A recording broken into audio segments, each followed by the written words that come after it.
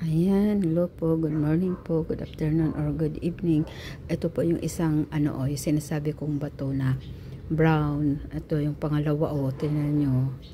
Ayan, ibang klase naman to Iba naman yung pagkapurma niya Pero ang kinis-kinis din yan Kinis-kinis din brown.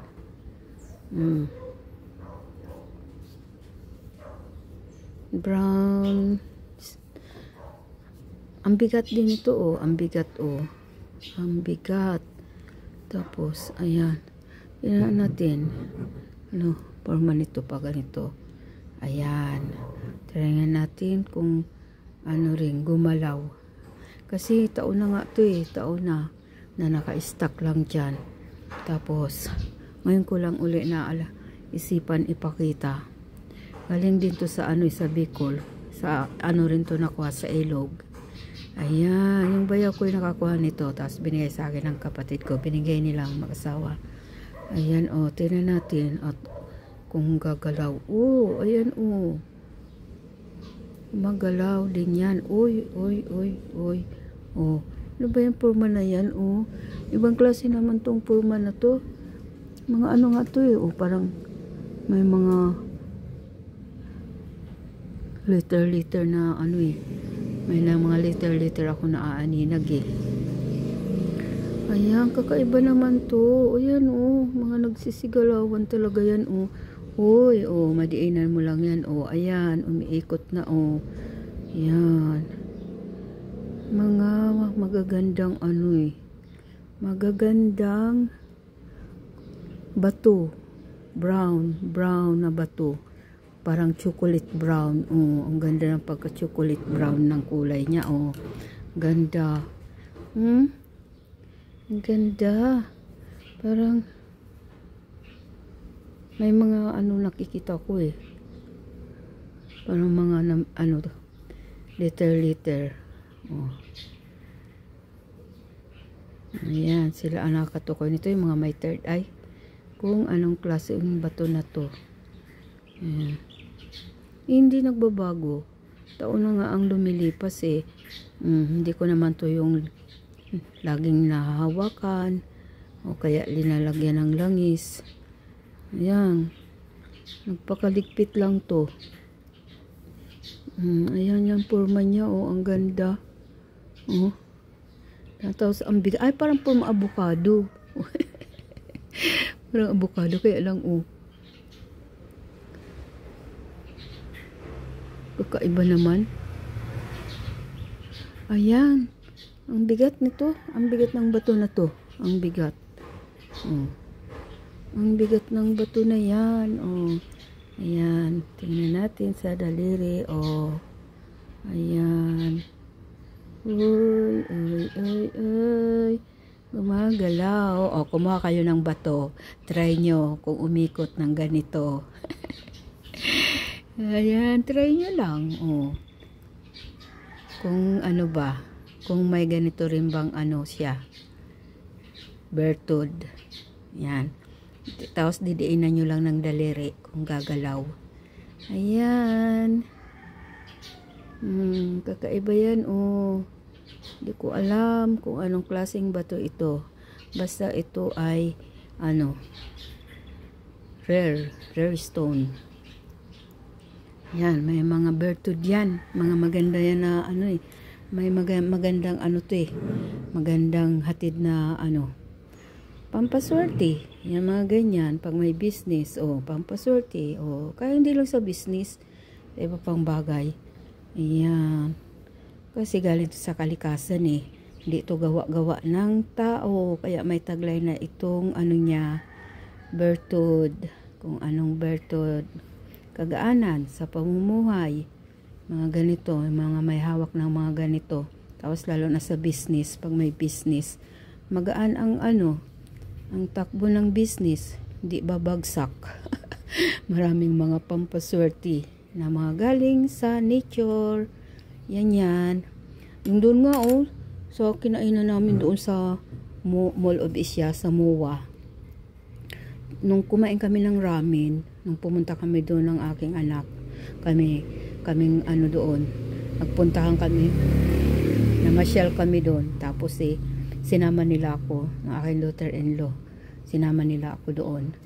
Tapos kumain kami ng ramen. Nagulat ako doon, yung nasa gitna nila, yung space nila sa gitna, tapos yung nasa paikot, mga table. Akala ko kung ano yun, doon sa gitna na malaking table. Tapos mga puti-puti. Tinitigan ko kung mga ano yun. Yung pala yung mga stone. Yun. Sari-saring stone na, yung white, yung mga ano na siya, crystallized. Ayun, kasi number 1 nga kasi silang mga naniniwala yung mga ano ba, mga Chinese. Mga naniniwala sa mga stone, mga lucky charm. Yun, naniniwala sila doon. Kaya tingnan may business nila.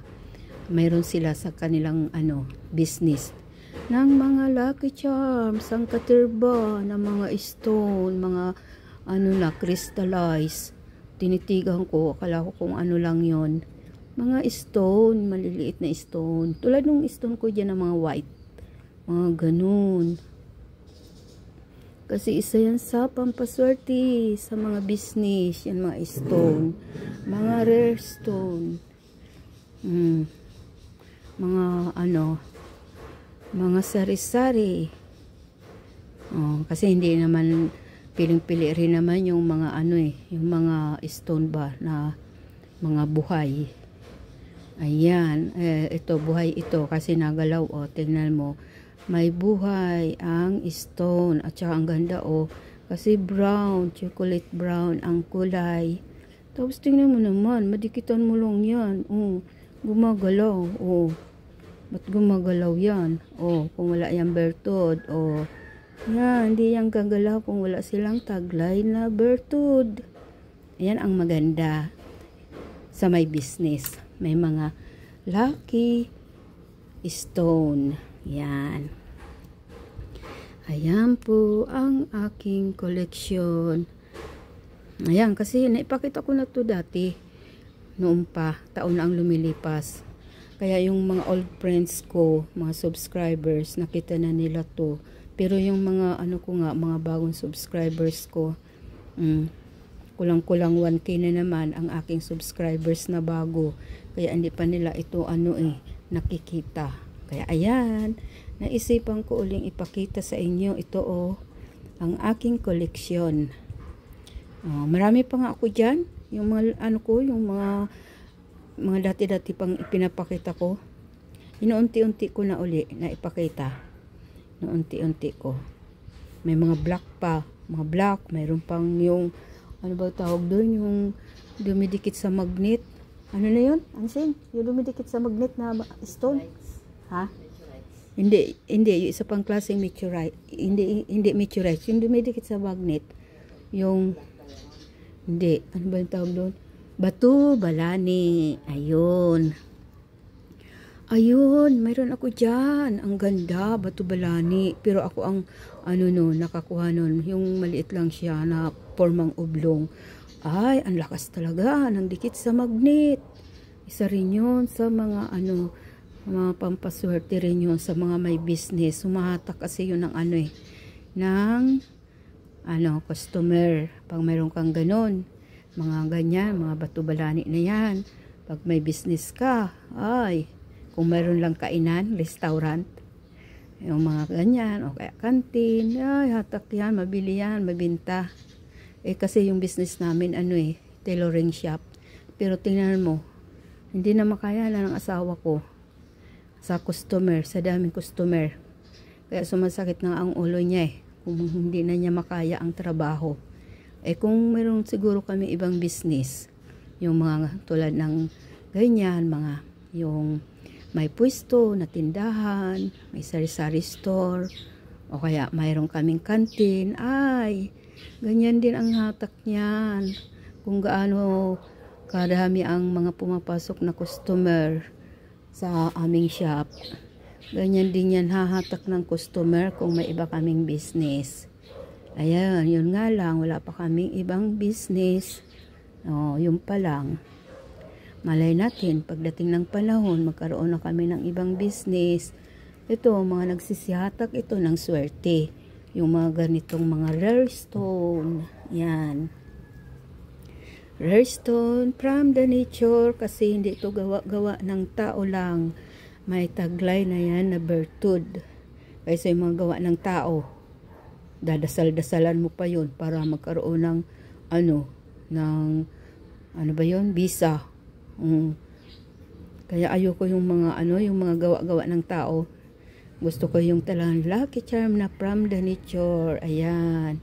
Kasi tingnan mo ang kakaiba. Nagsisigalaw, may buhay. Ayan yung mga gawa ng tao. Wala naman yung buhay eh. Kung hindi mo yan alagaan sa dasal, wala yung buhay. Kasi gawa lang yan ng tao. Ayan. Yan po. Yan lang ang aking maipapakita sa ngayon. Yan. Thank you. Thank you for watching po. Bye-bye. God bless po. God bless us all. See you on my next video. Yan.